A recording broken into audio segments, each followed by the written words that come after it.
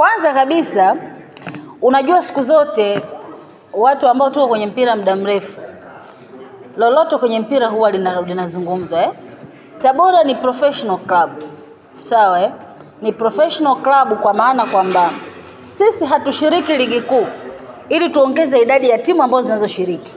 Na moja ya mpango wetu mkakati ni kuwa na mafanikio. Yaani katika misimu miwili ambayo Tabora tumeshiriki ligi kuu, tulikuwa tunatamani sana kuwa timu ya mfano kwamba ndani ya misimu miwili Tabora tumeweza kufanya vizuri tofauti na timu nyingine na maintain msimu mmoja wa pili anashuka daraja au ndani ya msimu huo mmoja anashuka daraja, si ndio? Sasa sisi tulichokuwa tunakihitaji kukifanya kwa ukubwa zaidi ni kuona kwamba tunakwenda kufanya vizuri msimu huu na tunakwenda kushiriki mataifa. Kwa hiyo tukizungumza mtu akiandika kusema kwamba Tabora wamejivunja, nafikiri kwanza wanatukosea.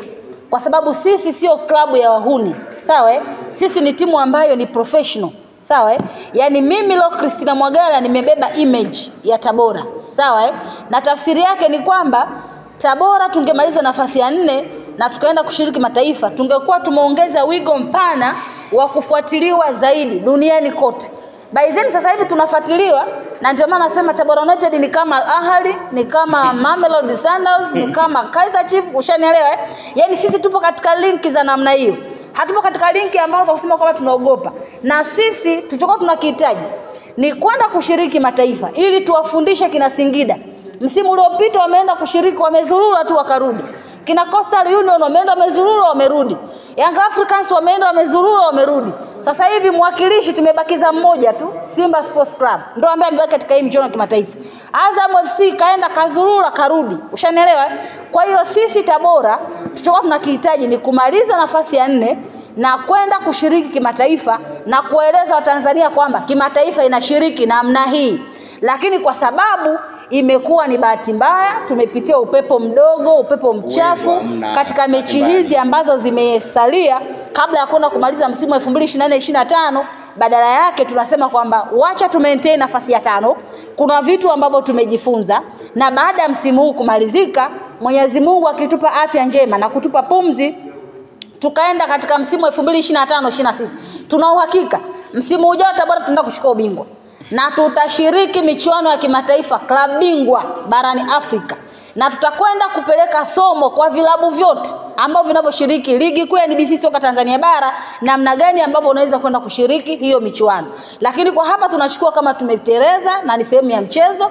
Lakini sentence kusema kwamba Tabora imekataa kwenda kushiriki, sisi tuliahidiwa bonus ya milioni 200. Sawa In case tungemaliza nafasi ya 3.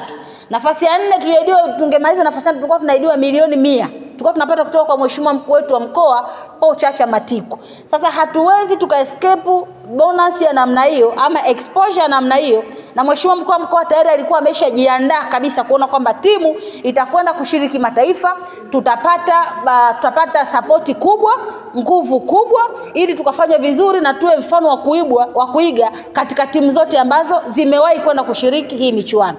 Kwa hiyo sisi tunaangalia nani anazungumza nini, nani anafanya nini, lakini kwa sababu dhamira yetu sisi haikuwa hiyo. Dhamira yetu sisi ilikuwa ni kwenda kushiriki mataifa, na imetokea kama ajali. So far tunakwenda kujipanga zaidi katika msimu unaokuja.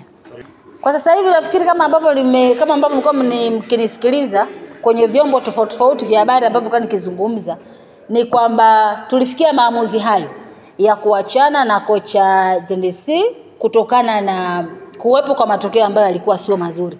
Tabora United sio timu ya kucheza mechi 5 mfululizo bila matokeo. Yaani sisi sio, hatujai ku experience maisha ya namna hiyo. Yaani tunaweza tukapoteza mechi moja, tukasare, tukashinda, ikafuatia kushinda. Lakini sio mnapoteza FA, ligi. Hiyo sio Tabora.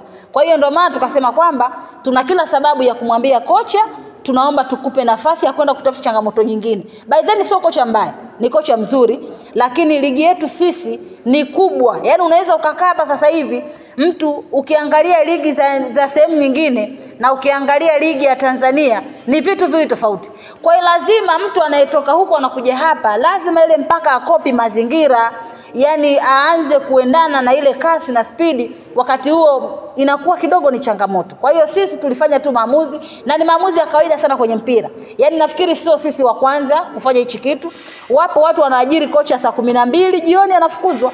Ni kitu cha kawaida sana kwenye mpira. Kwa hiyo sio kitu cha kusema kwamba labda Tabora wamefanya kitu kibaya, kitu ambacho hakiingia akilini, kitu ambacho na nini, hapana. Kwa sababu tupo katika kuhakikisha kwamba tunaendelea kulinda brand ya timu yetu, lakini pia tunaendelea kuwapa hamasa zaidi mashabiki zetu waendelee kuifuatilia. Washabiki zetu wamekuwa na maumivu, yani wanaumia kwamba kwa nini tumekuwa hatuna matokeo mazuri. Kwa hiyo kuendelea tena kupoteza na wakati tunajua kabisa kwamba hapa kumekuwa na changamoto 1 2 3, tafsiri yake ni kwamba sisi tungekuwa hatuwatendei haki mashabiki.